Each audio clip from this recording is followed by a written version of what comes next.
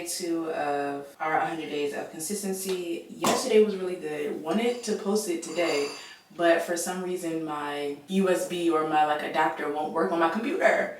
But it's okay. So day 1, we crossed everything off the list. Day 2, we also are all to the start, drinking water, had our 4 o'clock wake up. Yeah, spend time with the Lord, right? So we already 2.5 things done on our list. I'm a little late getting started this morning as far as my getting dressed.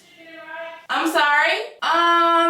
Maybe a little. Yeah, let's go ahead and get dressed so that we can get to class. I literally have 40 minutes.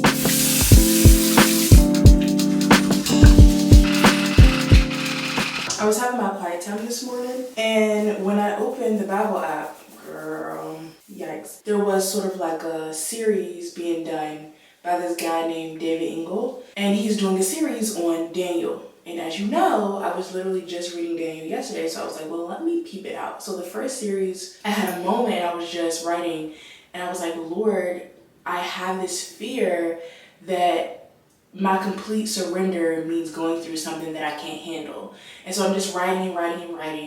And as I continue to write, I then ask myself the question, okay, but what is the truth about it? And the truth is, there are governors and leaders and presidents and things like that in the world that we are under. But God is our king, right? God is sovereign over my situation. God is my father. God is my king. God is my leader. God is my ruler. He is sovereign over my life. And he cares about me personally, individually. He cares about me. He cares to see that I'm doing well. He cares to see that I'm growing. He cares to see that I'm walking into everything that he's promised me. And so, yes, you can have the question, okay, does God reign? And I'm here to tell you, yes, he reigns. And he is in control of everything in large, right? At large, the government system and everything in, wherever you are. But he also is king over your life, ruler and sovereign over your specific life. And so you may have things that you feel like, oh, I had to endure it, but there's nothing that you can say he didn't bring you through because you're here, you're watching this, right? And so I'm thinking back on my life and I'm like, yes, Lord, I had to go through some things that felt hard. I had to go through some things that felt uncomfortable, but every single thing you've brought me through.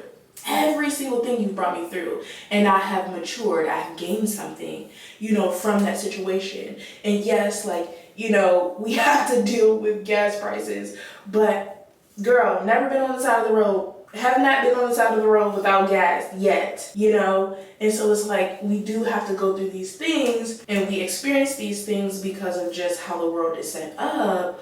But God is God still. God comes and sees about me individually still. He comes and checks up on me. He comes and makes sure that I am well. And so it's just remembering that, groceries are getting up there. The prices of groceries is getting up there, but I have not been hungry yet. I haven't been without a meal to the day. And you have to take time to realize, yes, we are all going through the increase in gas prices and grocery prices, but I'm experiencing it differently. The money is coming. I'm buying groceries. I'm filling my tank up, So anyway. Didn't want to leave you with that. I hope that encouraged you in some type of way. God is God. God is very much big God. Very much Father God. Very much Sovereign God. Very much Jehovah Jireh. Very much Jehovah Nissi. All of that. Prince of Peace. Anyway.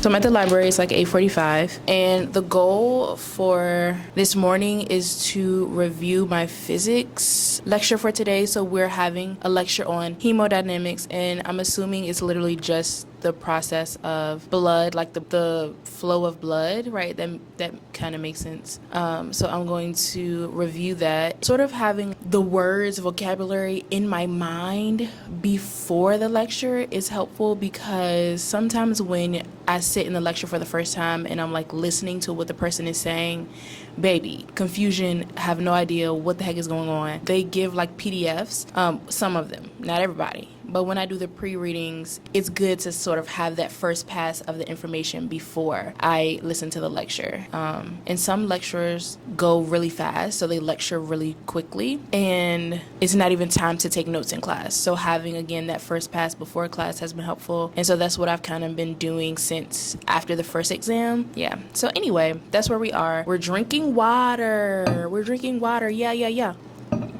We're drinking water. Note to self, room temperature water is easier to get down. Like yesterday, my water wasn't cold, it was room temperature, and I was like drinking it like that. Today, the water is cold, honey. And I don't know what it is about it, but it's like, but we gonna get it down.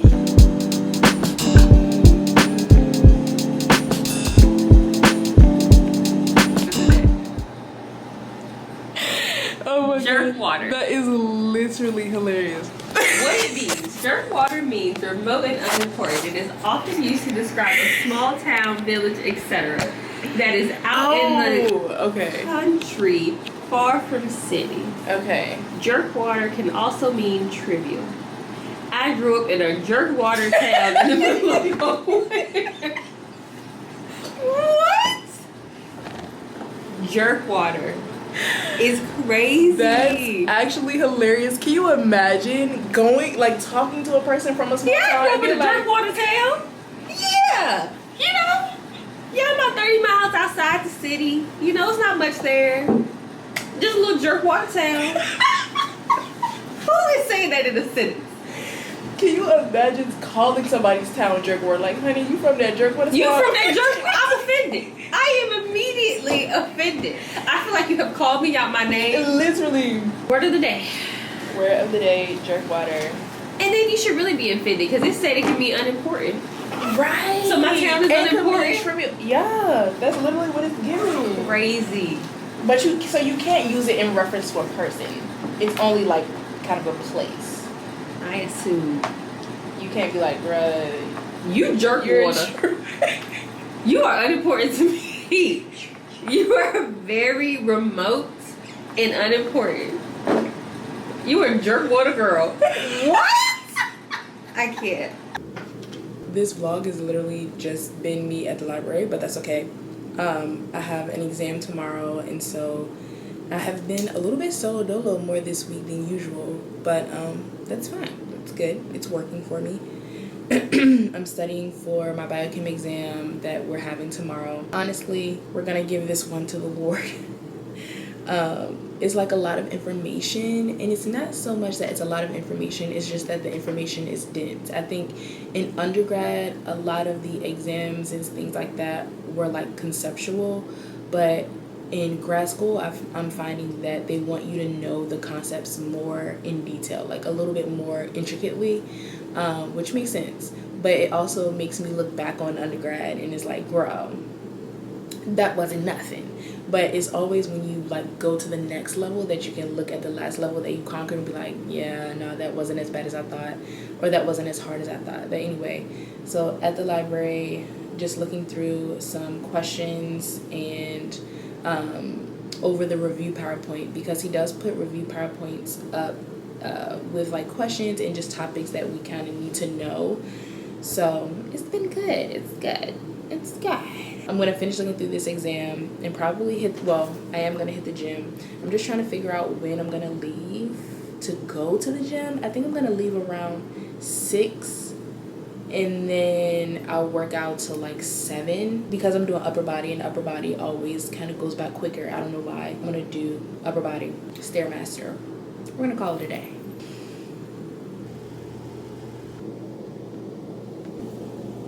Y'all, this boy just asked for my number. I mean, it was because I forgot my student ID, and so he needed some form of identification, but still, I was like, boy, what did you want my number for?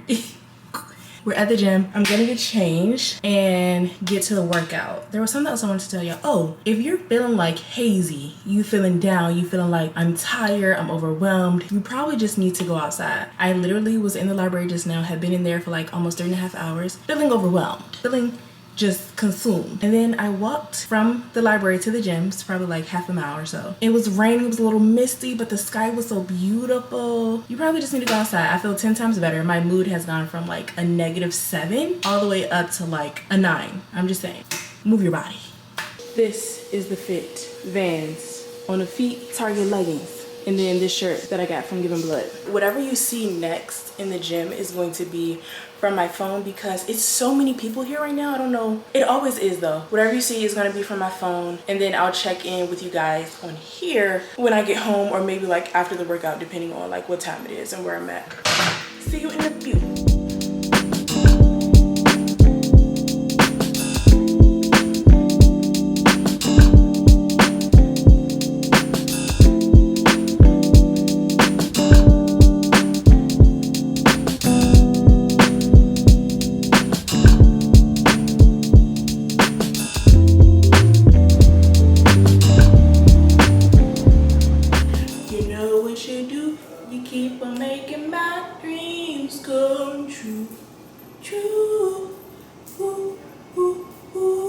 So we're home, worked out, we've eaten dinner, we've been on a Zoom meeting, baby. The things are getting done and the things are being set in place. The craziest anxiety is going into a Zoom meeting and you're talking right, you're having conversation and not knowing if your mic was on or not. I'm like, did I mute myself or was I muted? I'm legitimately in a great mood. I don't know what happened, what the shift was. I think it was literally just going to the gym. It literally changed the trajectory of my attitude today.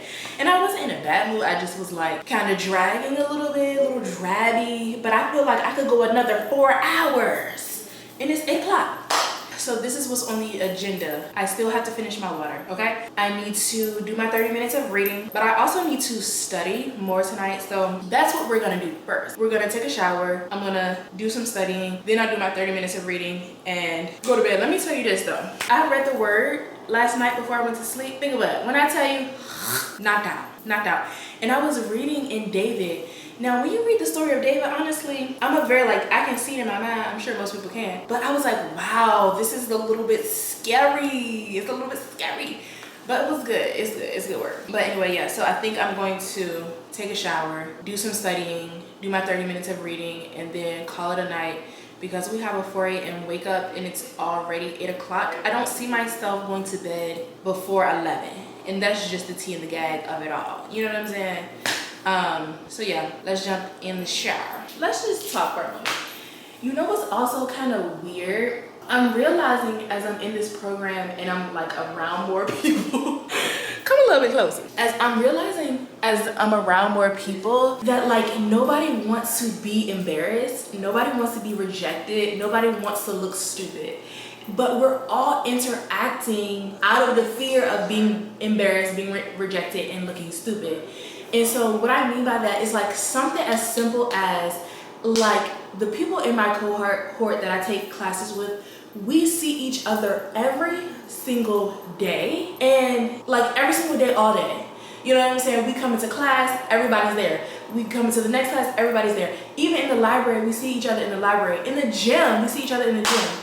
But it's like everybody has kind of formed their groups, which is like understandable. That happens, you click with people. Not that you don't click with other people, but you just kind of naturally fall into the rhythm of people who have similar rhythms to you. But I'm like, but I do see you every day. We could do a little hey. You know what I'm saying? You see me on this, you see me in the gym, you could just be like, hey. You know what I'm saying? We don't got a key, but you just like, hey. You know, just a little wave, a little head right, little how you doing? You know what I'm saying? You see me walking on the sidewalk, right? We don't talk, we don't kick it. I don't know your middle name or your last name, but you could just be like, hey, oh hey, how's it going? How you going? You ready for the exam? Yeah, blah, blah, blah, blah. But it's like this fear, and I'm saying it, but like I also find myself operating out of that same fear. So I'm like, ooh, if they're not gonna speak, then I'm not gonna speak because I don't know if that's weird. I don't want them to think I'm awkward, blah, blah, blah. But it's like, really? You know what I'm saying? Now you could be missing out on a connection that could be like a God connection. You know what I'm saying? I don't know. Of course, do everything through the discernment.